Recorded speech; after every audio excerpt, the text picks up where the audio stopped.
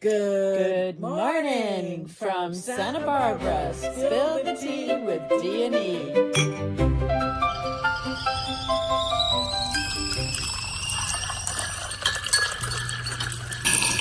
Hello, good morning. Hey. What you drinking? I was drinking PG Tips. I know I'm boring. Like, I have my routine and I go through the cycle.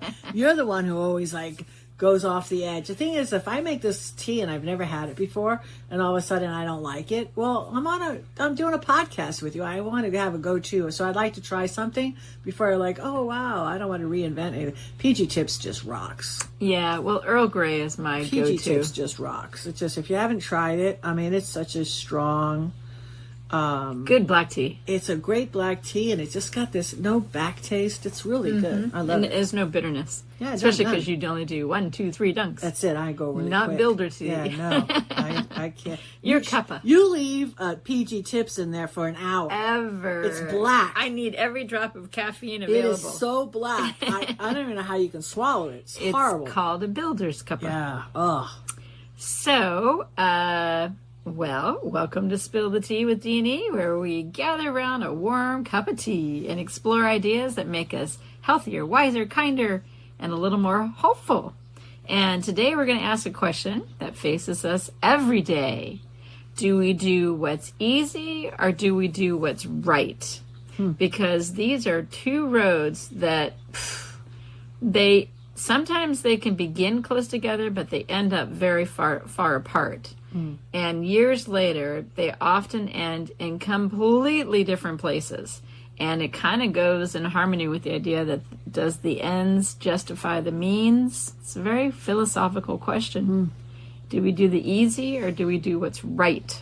Well, it's a journey, so it's going to depend upon what you signed up for. What did you sign up for? So my word for the day is fortitude. Fortitude is having the courage and inner strength that allows us to do what's right even when it's difficult. Well. Where do we go from here? You know what I've noticed? Well, a lot of times the easy choice makes me comfortable today, but the right choice makes me have greater peace tomorrow. And I think that those are two very different rewards. Well, I think people, when they hear do the right thing, they immediately think that there's rules attached to that. I'm thinking of something deeper. Does this action increase trust, right? Right. Does it strengthen relationships? Does it leave another person better than when I found them? So, it all depends. It's a person's perspective based on that person's life experiences and how they map the world. So I've had to do what I thought was the right thing on a lot of, especially the last 8 years. And I stuck to my truth and I held my ground. And You have character. I'm just not, I don't care what another 100 people would have done. Probably would not have done what I did, but I have to live with it. What your bones are telling you I have is to live with what I say. Yeah. So, and it would have bothered me because I'm sensitive like that. Character is fascinating because nobody sees it while it's growing. It kind of roots like an oak tree. It grows very slowly. And people don't generally applaud character. They only notice it years later when a storm comes and you're the only one standing. Everybody tries to put in their 2 cents. It's really strange. And then years pass and then they deny the cents that they threw into the pot. It's just... They just rewrite the story that I don't even think... Well, I'd say the ego rewrites the story. Yeah, I don't even think I'm a nutcase anymore because honestly, I have to stop and think, wait a second, am I rewriting the story of my interpretation of it? So you have to check-ins and question. Right. And that's just really what I say. I've heard so many people recant an incident and I'm saying to myself, that just did not happen. Right. Yeah. So I just don't want to participate. It's not a hill I wanted to die on. So I'm like, okay, whatever, walk away. That's what it's okay. You don't have to correct everyone. I don't have to. It doesn't matter. Yeah. It didn't impact me whatsoever. Right. So what do I care what story you want to tell? Right. Well, it's a higher carelessness. I hope that I just look at that as just gossip. Yeah, well, That's what it is. It's But not I even can- a story. It's just gossip. I can hold space that you're processing something in a way that is beneficial for you. Yeah, exactly. And a lot of times the easy is expensive, right? The easy has hidden costs. It may be easy to ignore someone who needs help, right? Yeah. It's harder to stop. It's easy to spend money that we haven't earned, that old credit card. Yeah. It's harder to save. Like you said, it's easy to gossip, and it's harder to protect someone's reputation. But it's also easy to witness something, and then it's harder to take a stand when you know what's taking place right before your eyes is absolutely Not fair. and not okay. Not okay. You're witnessing something like that Well, right now. I didn't witness for her, but I've heard. I do work with The homeless. the homeless, The unhoused. unhoused, and I feed. And I've done it for 5 years. And I noticed when I was dropping off the food the other day, I've noticed that and even my ex-mother-in-law, we both noticed immediately, like, wow, where is everybody? Right. Right. So of course I'm going to make reference to it. I said, so did we break in any records this week? Which I wasn't trying to be sarcastic, but just maybe today wasn't the day. Right. I mean, Maybe it's good had to big know. day. Are Right. people finding resources and maybe they don't need as much? Maybe it's summer and they're taking showers someplace else. Yeah. And he goes, no, it's Roundup week. And I'm like, Roundup week? What does that mean? And right away, you got to go blame ICE and everything. No, it's nothing to do with immigration. What it has to do is the unhoused. What they'll do is they'll just come all in, okay? Who comes all in? The police department, okay? Or the sheriff department? Sheriff department comes on in and they just check everything and they just run everybody. They check everybody's identity to see if Just they're to see wanted if there's for a warrant or something.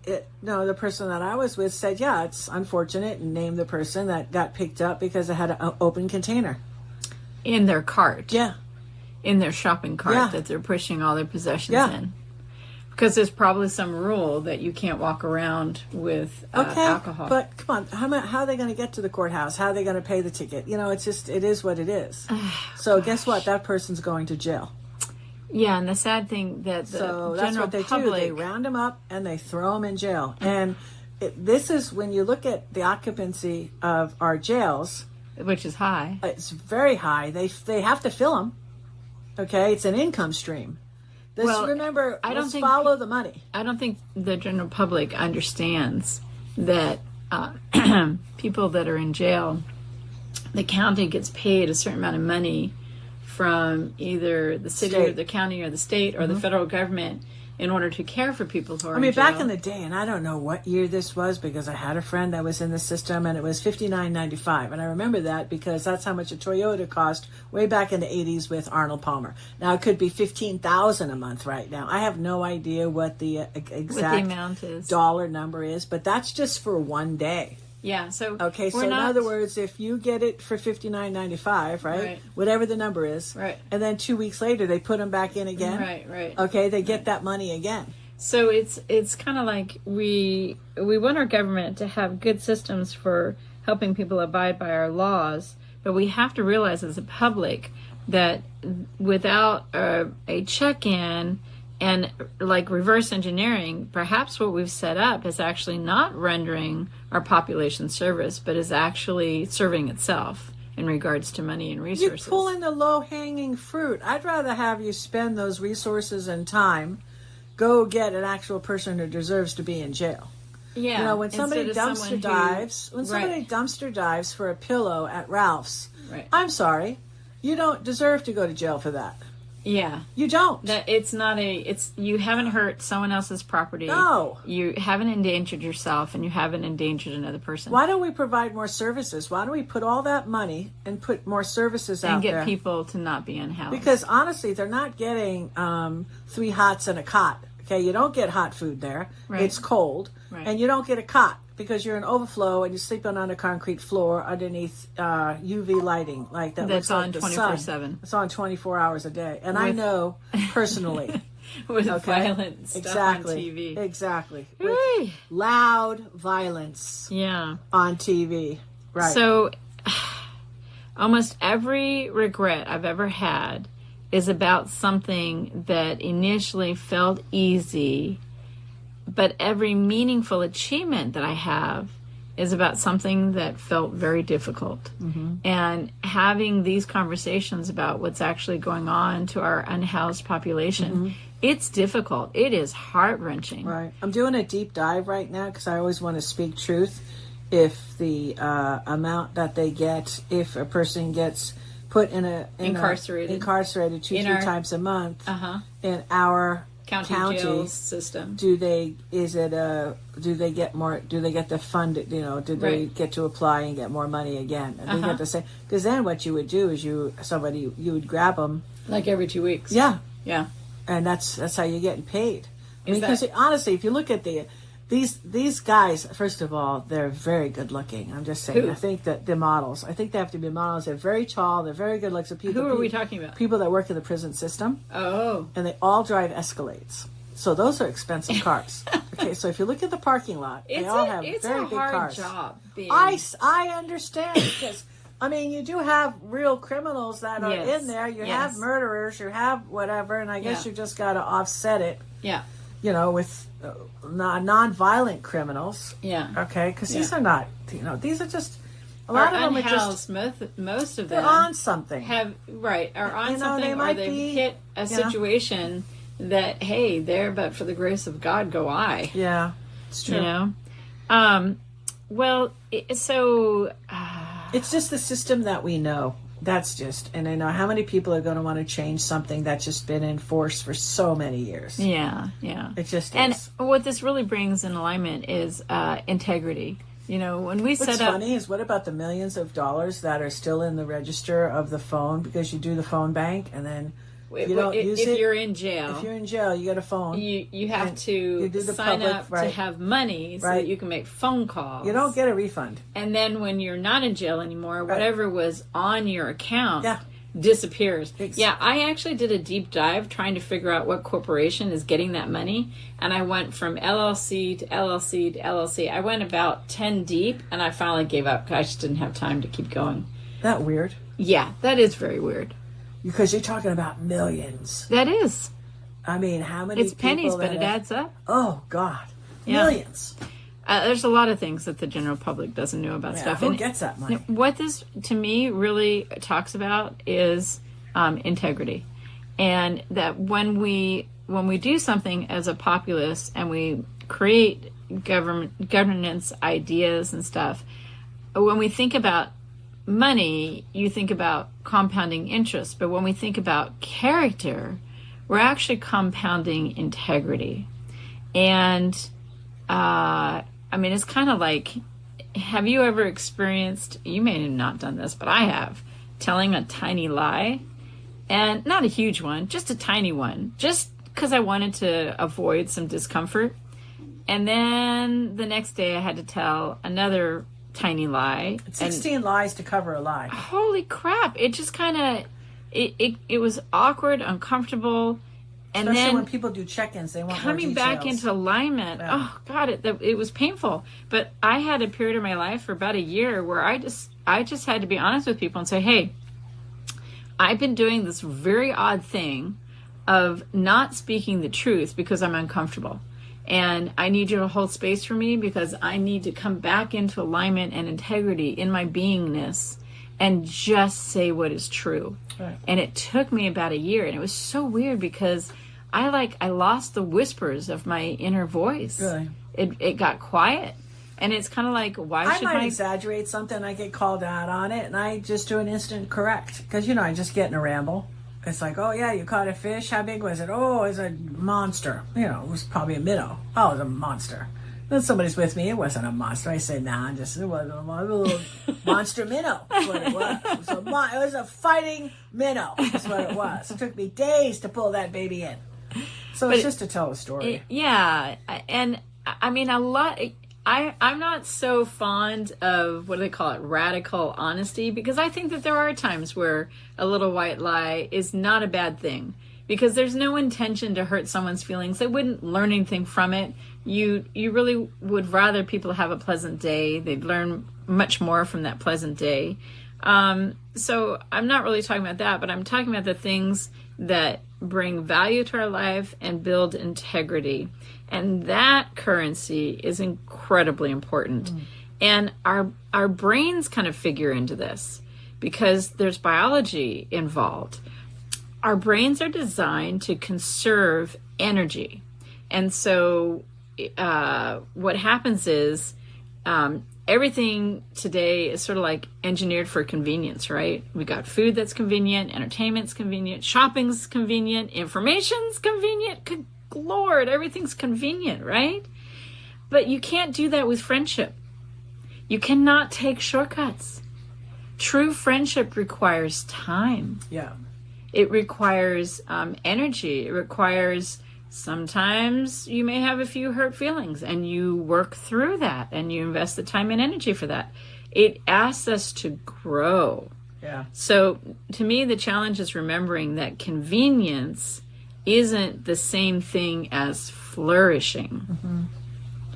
So. No, that's good. So sometimes, I mean, how I look at it as far as, I like to talk about the courage it takes to actually stand alone.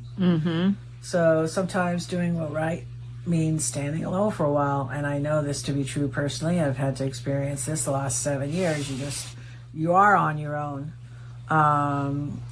Like if you're not going to cheat somebody, right? If you're not going to lie, if you're not going to just go with the flow and just, behave a certain way, which is what is expected of you, even though you know in your heart it's wrong, there's consequences to that. And it's so hard, because people, it's like the crabs in the bucket. We talked about that the other day. You're going to get pulled down, so just get ready to hold your breath because you're going under. It's going to happen if you have integrity. It's part of the testing thing of being a human being. It's kind of interesting. I frequently look at how the Amish community is living, not because I think that everyone should live that way, but it's a very interesting reminder that we can build strong communities that are built on shared responsibility, face-to-face relationships. They have craftsmanship, service, and they're always caring for one another. And I think that is an example that modern society really needs to look at and come back into integrity with. No, just be that person that is going to protect the vulnerable. That's me. Try to be that person that is going to speaks up for those that doesn't have a voice. Exactly. Or afraid or doesn't know how to use it. Yeah. Character, I look at the end of the day, it always tends to outlive all the headlines. So absolutely, it's just what's the intention. It was a test. It was a journey that a person had to experience if they were on that other side of it. I get it, but it is really rewarding. And then when you look back on it, you're like, oh, that's why that happened. Yeah, because you have to just you just got to take it. That's just how it is. But let's do a challenge. Okay. How about choosing courage over comfort? Okay. Wisdom over impulse. Integrity over convenience. And maybe the right choices, recognizing that the right choices strengthen our heart connection. And each act of kindness definitely strengthens humanity. All right. So, I mean, these things are all action items, but maybe that's one way to go about it. But maybe you can make that difficult this week, okay, next couple of days, you can make that difficult phone call that you've been putting off, okay? Yep. Maybe you could forgive somebody that really did you wrong, really just, hit you with a car, okay? And I've had to do that. I've had to forgive somebody. I cried for 2 days because somebody just outright robbed me. And it was so unexpected. And I was so at it. What really made it hurt is I was in a very low point at that time. And you felt kicked while you were down. Oh, so kicked when I kicked in the face, really. Then stepped on. Okay. Then I don't know why the match didn't light, but after it poured me over with gasoline. And then somehow the universe came in as he lit the light and he blew it out. Right. See? But I know it sounds dramatic, but it is true. That really, that was a stinger. Yep. But, at the end of the day, you got to look like why. And then, if you're looking at things in an alternative way, energy-wise, it's just like, I signed up to make him do the right thing, and he chose again not to do the right thing. And I'm like, okay, but you're setting yourself up for a big one too. But I can say, I'm complete. I'm not going to play that game with you anymore. Yeah, that's what I did. That's true. Yeah. So just truth steadies my steps that I put in front of me. Just like, okay, just hold, and just unfold goodness. I like that. Try to just do that, and that's just what I try to do. Closing toast. Raise your glass. Here's to... Where's your you cup? Go first. Okay. How about here's to choosing the harder right over the easier wrong. Oh! That's a good one. Ding, ding, ding, ding, ding. I'm reminded by every tea that the strongest flavors take time to seep. Yes. And so do the strongest people. Nice. So I want to just say real quick, if you guys would like to support us, you would love what we're doing because we love doing it. The best way to do that is sbwellness.com. There is a org. donation. Don't listen to Dominique. It's sbwellness.org. There is a donation button. Yes, we take donations, and they have reoccurring donations. So if you would like to just put out $5 a month, that would be fabulous, magical. Okay, for those $5 a month, we will figure out something for you. We'll probably do up some cups, spill the tea cups, and we will get your info, and we will make sure you get a spill the tea cup, and you can join us every morning. That's it. Bye for now.